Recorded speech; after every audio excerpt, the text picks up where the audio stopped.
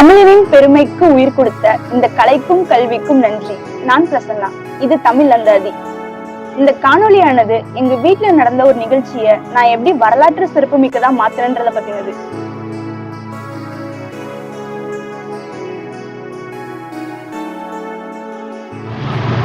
நம்ம எல்லார் வீடுகள்லயும் விழாக்கள் நடத்திட்டு தான் இருக்கோம்.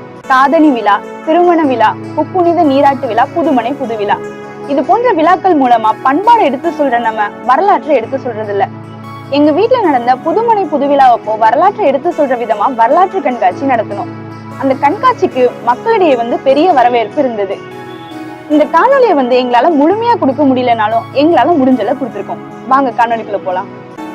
வணக்கம். நான் தஞ்சாவூர் தமிழ் பல்கலைக்கழகத்துல கல்வெட்டியல் மற்றும் தொல்லியல் துறையில ஒருங்கிணைந்த முதுகலை வரலாறு 3ஆம் ஆண்டு படிக்கிறேன். என் பேர் பிரசன்னா.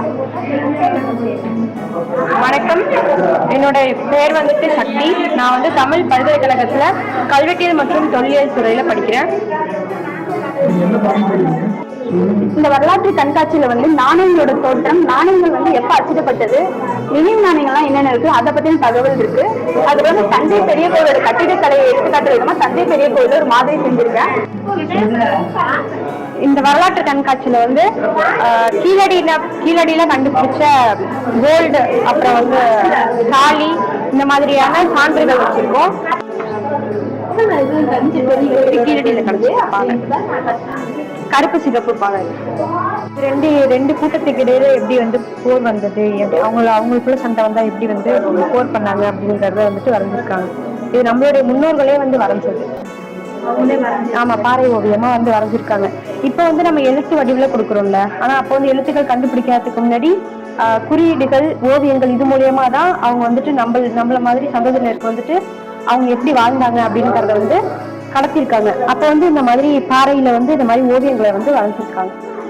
இது ஒரே பாறையால, ஆமா, ஒரே பாறையால வெட்டப்பட்டது. இந்த கோயில் ஒரு பாறை மேல் பகுதியில இருந்து கீழே நோக்கி சதுர வடிவில வெட்டப்பட்டது.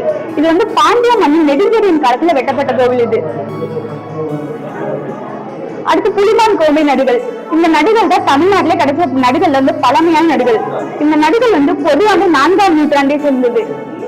நடுகள்னா என்னன்னா, போர்ல இருந்த வீரர்களுக்காக நடுகள் வைப்பாங்க. நடுகளை வழிபடுற வழக்கு தமிழகத்துல இருந்துச்சு. நடுகள்ல பழமையான நடுகள் புலிமான் கோம்பை நடுகள் தான். இந்த நடுகள் தேனி மாவட்டத்துல இருக்கு. உத்திரமேரூர், இது உத்திரமேரூர் கல்வெட்டுல குடவோலை முறையை பத்தி சொல்றது. குடவோலை முறைனா என்னன்னா, இப்ப எலெக்ஷனுக்கு நம்ம சிஎம் ஓட்டு போட்டு தேர்ந்தெடுக்கிறோம். அப்பவே கிராமப்புறங்கள் அதிகாரிகளை அங்க ஓட்டு போட்டு தேர்ந்தெடுப்பாங்க. தோட்ட வாரியம், ஏரி வாரியம், பொன் வாரியம்னு சொல்லிட்டு வாரியமா பிரிச்சு வச்சிருப்பாங்க. அந்த வாரியத்துல யார் இது பண்ணலான்ட்டு எந்த தகுதி வேணும் எல்லாமே இந்த கல்வெட்டுல தெளிவா குறிப்பிட்டிருக்காங்க. இந்த கல்வெட்டை பத்தி மோடி ஒரு நியூஸ்ல கொடுத்திருப்பாரு, நியூஸ் சேனல்ல.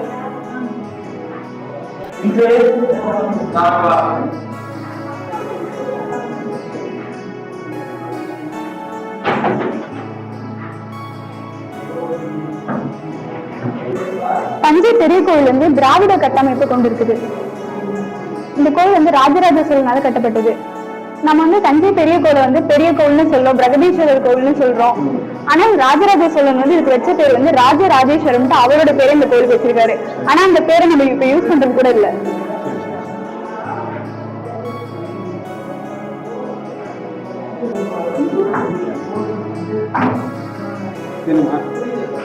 இது ஒரு மாதிரியாதான் வச்சிருக்கோம். இப்ப அகலாயில மண்பானை மூடுகள் தான் கிடைக்குது. அது ஒரு மாதிரி வச்சுதான், இது உண்மை கிடையாது, மாதிரியா வச்சது, மாடலா.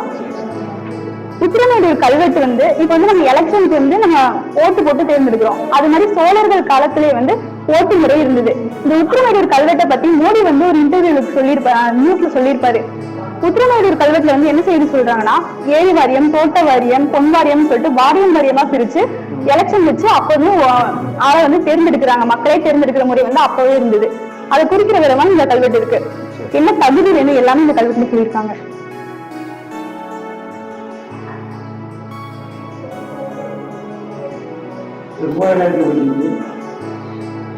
அதை பத்தின தகவல் யார் கையெழுத்து, ரிசர்வ் வங்கியோட கவர்னர் யாரா இருந்தாங்க, அது பின்னாடி படம் போட்டிருக்கு. நம்ம நோட்டை சும்மா பார்த்து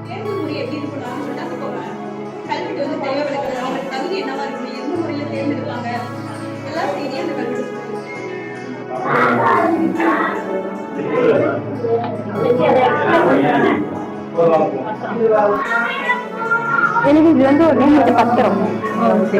இப்ப எல்லாம் வந்து பேப்பர்ல இது பண்றாங்க. முன்னாடி வந்து இந்த மாதிரி ஓலைகள்ல தான் வீட்டு பத்திரம் கண்டுபிடிச்ச கல். இதை வச்சு வெட்டவும் செஞ்சிருக்காங்க. அவங்களுக்கு அப்ப கட்டி இல்லாதப்போ இதை வச்சுதான் வெட்டியிருக்காங்க. இது ரெண்டையும் முரசுனா வந்து நெருப்பு. ஆமா, இது ரொம்ப இதை வச்சுதான் அந்த மாட்டோட தோல் அதெல்லாம் வந்து கட் பண்ணுவாங்க. பிரிட்டிஷ் லிவர்பூல் ஜான்மஸ் பல்கலைக்கழகம் சேர்ந்து இந்த இது பண்ணிருக்காங்க.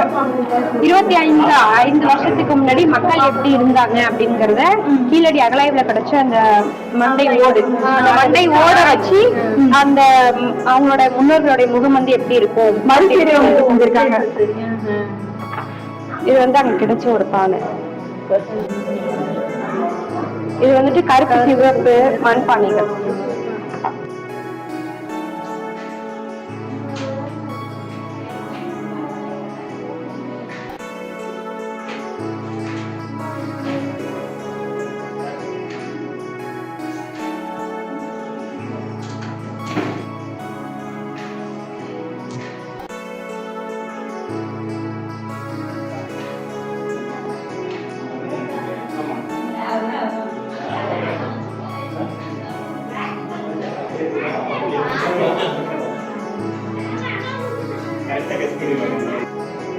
அம்மா ஒண்ணாது பெரிய பாப்பா.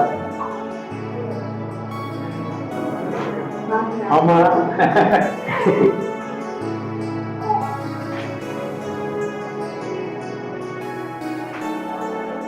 அம்மா இது வந்து வெட்டுவான் கோவில். வெட்டுவான் கோவில் வந்து தூத்துக்குடி மாவட்டத்துல இருக்கு. இந்த கோவில் வந்து ஒரே ஒரு பாறையால வெட்டப்பட்டது. சதுர வடிவில மேல இருந்து ஒரு பாறை வந்து குடைஞ்சு இந்த கோவில்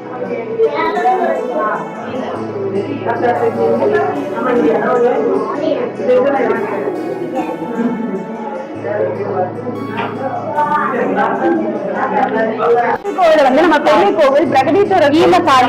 ஆனா ராஜராஜ வந்து நம்ம கோவில் வந்து ராஜராஜேஸ்வரர் அவர் கோவில் இந்த கோவில் அந்த மாதிரி இருக்கு. ஆனா வந்து நம்மளுடைய முன்னோர்கள் என்ன பண்ணி அவரோட பேரு இந்த கோவில் இந்த மாதிரி. ஆனா பெரிய கோவில் ஆனா நம்ம வந்து பெரிய கோவில் படைக்கிறோம். அந்த மாதிரி வந்து அதுக்குள்ள வந்து நெல்லும் வச்சிருக்காங்க.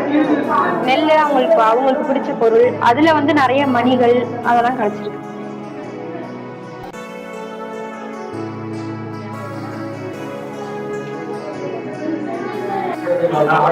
இதுல மாடு அவங்க எப்படி அவங்க அந்த பெண்கள் வந்து இருந்தது, அவங்க பெண்கள் உட்கார்ந்து அந்த இடத்துல விளையாடு.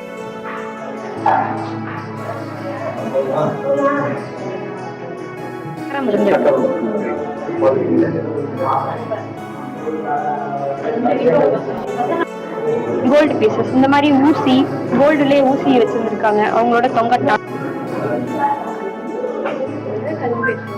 2500 வருஷத்துக்கு முன்னாடி கல்வெட்டுல பாறை ஓவியங்கள். ஆமா, இது வந்து அதுக்கப்புறமா அது பண்டமாற்று முறை ஃபர்ஸ்ட் இருந்தது. அதுக்கப்புறம் முத்திரைகள்ல மாறிச்சு.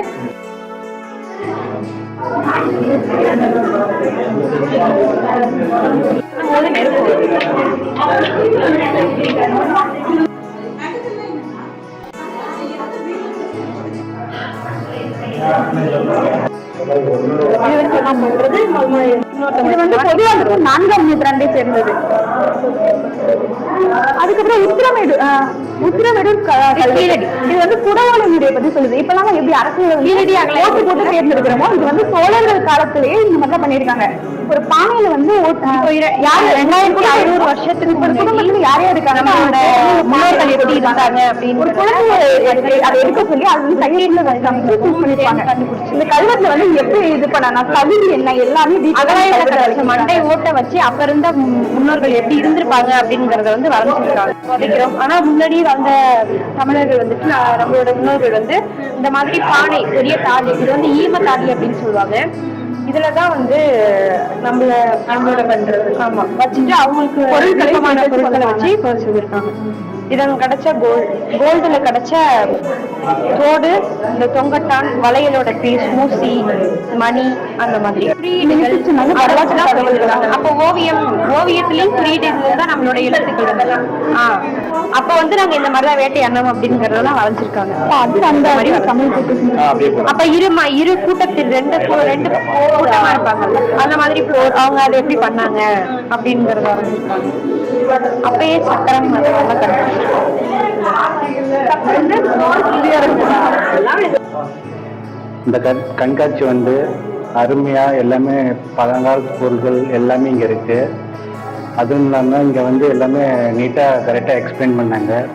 சூப்பராக இருந்துச்சு. அதுவும் இல்லாமல் இது ரொம்ப தேவையானது.